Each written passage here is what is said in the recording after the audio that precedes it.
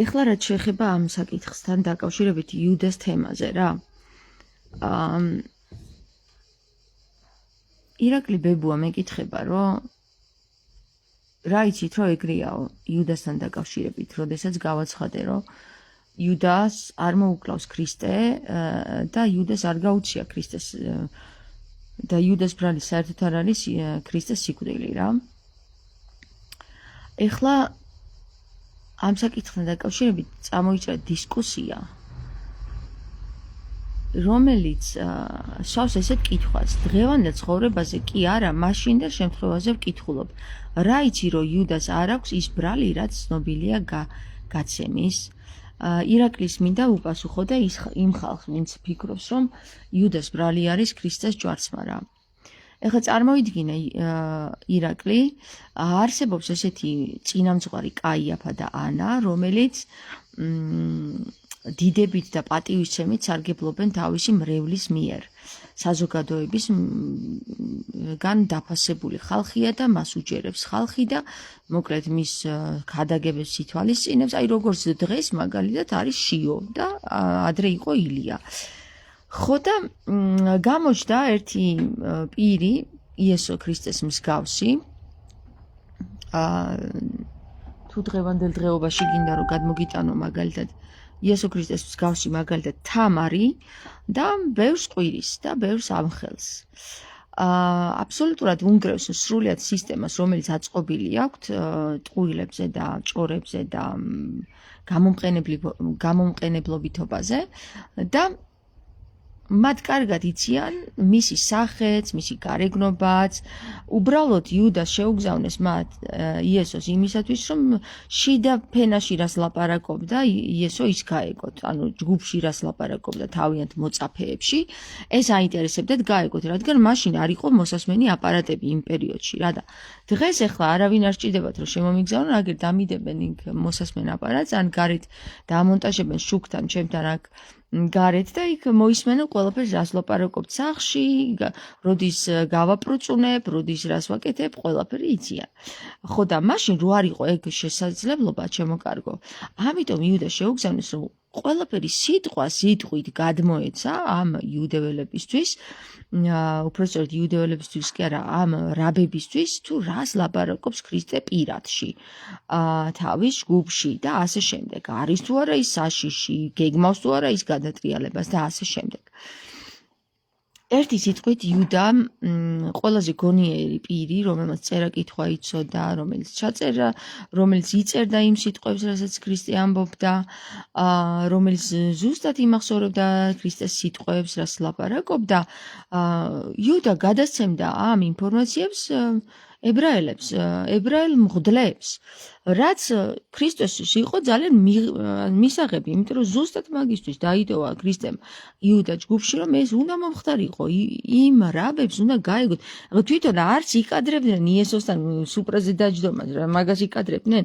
ამიტომ იესო ნებას რთავს იუდას და თავის მოწაფეთა შორის ირჩევს, რადგან ეს სჭირდებოდა თავად იესოს, რომ მისი სიტყვები მისულიყო რაბებთან სიტყვით. ეხლა რაც შეეხება ის, რომ ბრალის დევს თუ არა იუდას, აი ლოგიკურად რომ დაფიქრდე და არალოგიკურადაც რომ დაფიქრდე, ხო? მიხვდები, რომ იუდას ვაფშე არავინ არ ეკითხებოდა, ის გასცემდა, არ გასცემდა, მოითხოვდა რამეს თუ არ მოითხოვდა. ქრისტეს სისხლის დაღვრა იუდას არ აცხია ხელებზე. გარდა მაგისა, მე გეტყვი იმას, რომ იუდა პირიქით მისი საქციელით, როდესაც უკან უგდებს 70 ვერცხლს, თუ კი ეგრე იყო მართლა როგორც მოყოლილია, ამტკიცებს ამის თავის საქციელით, რომ არ ეთანხმება და წინ აღუდგა რაბებს, რომლებსაც დასაქმებული ყავდათ იუდა ქრისტეს ჯგუფში ყოფილიყო და სიტყვით გადაეცა მისი სიტყვები რაბებთან. ვისი ბრალია, რომ ქრისტე მოკვდა? ჩვენ დღეს ვიტყვი იუდამ გასცა. მან დამთავრდა, რომ კაიაფასა და ანას სახელი იმდენად არ ახსენოს კაცობრიობამ, რისი ბრალიც მას დევთ. არავინ არ ახსენებს კაიაფასა და ანას, ახსენებენ იუდას. იუდა მიშვერილია ყველას ხელი იუდას. იუდამ რა გააკეთა გარდა იმისა, რომ საქმე შეასრულა, რასაც ქრისტე აბარებდა, რომ გადაეცა მისი სიტყვები რაბებთან. არაფერი არ მას ხანჯალი არ ჩაურტყავს ქრისტესთვის, ჯვარზე არ მისულა და არ დაურტყია ლურსმანი. არანაირი აბსოლუტურად არანაირი ბრალი არ სდევს იუდას ქრისტეს მკვლელობაში. ქრისტეს მკვლელობაში ბრალი დევს კაიაფას პირველ რიგში, ანას, პილატეს, კაიაფასა და ანას მრევლს, ყველა იმ ქართველს, ვინც დაესწრო ქრისტეს ჯვარცმას. იუდამ მინდა გითხრათ, რომ როდესაც წინააღმდეგობაში მოვიდა კაიაფასთან, სანამ ქრისტეს ჯვარსაც მევდნენ, მანამდე მოკლეს იუდა. და არანაირი თვითმკვლელობა და ის გასკდა და იქ ჩამოეკიდა, ვინ დაინახა, რომელ ხეზე ჩამოეკიდა იუდა და რა ზღაპრებს გვიყებიან კარგით, რა ვის ეცალა მაშინ იუდასთვის საერთოდ რა.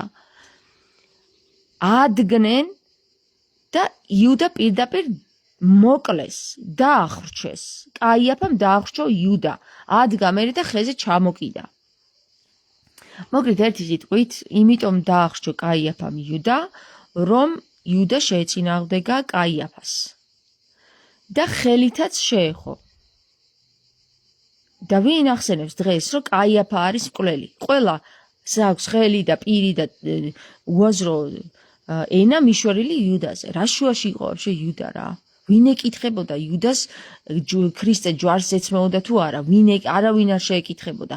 არანაირი ძალა უფლება იუდას არ ქონდა იმ პერიოდში. ძალა უფლება ვისაც ქონდა, ეს იყო მღვდელი, როგორც დღეს მღვდლები არიან და აგერ ციანიდით მომწონეს და კაციშვილი ხმას არ იღებს. და როგორც დღეს ივანიშვილი პილატე. მსგავსად ძალა უფლებაში ვინც არის, იმან დაიბანა ხელები, დანარჩენება კიდე განახორციელეს ქრისტეს ჯვარცმა. რომელი ახლა დამნაშავე, იუდა თუ კაიაფა? იუდა თუ პილატე, იუდა თუ ანა, იუდა თუ ის ხალხი, ვინც მოითხოვდა ქრისტეაცვით ჯვარსო. რა შუაშია იუდა ვაფშე, რა შუაშია იუდა? რატომ შეათითქმეს იუდას ეს საკითხი მაგ სულ გაყიდულმა ხალხმა მაინტერესებს რა? იმიტომ რომ თავიანთი სახელი ყოფილიყო ჩრდილში და იუდაზე გადამტყდარი იყო ყველაფერი, როცა იუდა მხოლოდ და მხოლოდ ასრულებდა დავალებას, რომ ქრისტესაც აწყობდა ის დავალება, რასაც იუდა ასრულებდა და იუდეოლებსაც აწყობდათ ის დავალება, რასაც იუდა ასრულებდა. აი რა გინდათ ახლა იუდასთან გამაგებინეთ რა? რას ერჩით იუდას? ვაფშე რატომ მოიხსენიებთ სუდად იუდას? ხო დრო ხო არის იმისა, რომ აეხადოს ყველაფერს ფარდაა რა? ხო და აეხადოს ფარდა რა? იუდას კი არ უნდა მიუშვიროთ თითი, არამედ უნდა მიუშვიროთ კაიაფასა და ანას თითი. რეალურ მკვლელებს უნდა მიუშვიროთ თითი. კარგით რა ხალხო რა, გეყოთ ამდენი საბავშვო ბაღში ყოფნა და ილუსიებში რაღაცა გაჭედილობა რა, გახლართულობა. გამოიხლართეთ ახლა და რაღაცნაირად ქენით ისე რომ დაინახოთ თვალებიდან, გამოიხედოთ, იაზროვნეთ რა.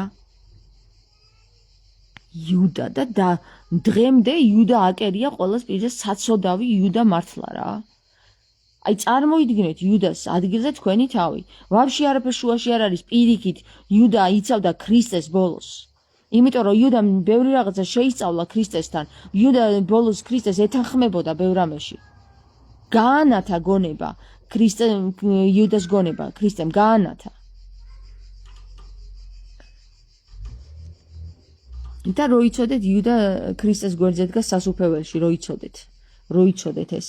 არანაირი ჯოჯოხეთში ის არ მომხდარა და დღემდე ტყუილებში გამყოფებენ, როიცოდეთ კიდე ეგ რა. კაიაფას მოდგმაზეა მისი ყველა კაიაფასა და ანას მოდგმაზეა მისი ყველა სისხლი და ბრალი მოცხებული, როიცოდეთ. ამიტომ არიან იუდეველები დღემდე ამ დღეში, რომ მიწა არ ეკუთვნით, მიწა არ ეღირსათ, სანამ არ მოინანიებენ კაიაფასა და ანას მოდგმას. კაიაფას და ანას მოდგმა არის თამარისა და იუდას მოდგმა. ბიბლიური თამარისა და იუდას მოდგმა. მამამთილ რძალ შორის რომ გაებმება გენეტიკური გაგრძელების საკითხი. აი მაგ იუდასა და თამარის მოდგმა არის ეგ. წავედი ხამე.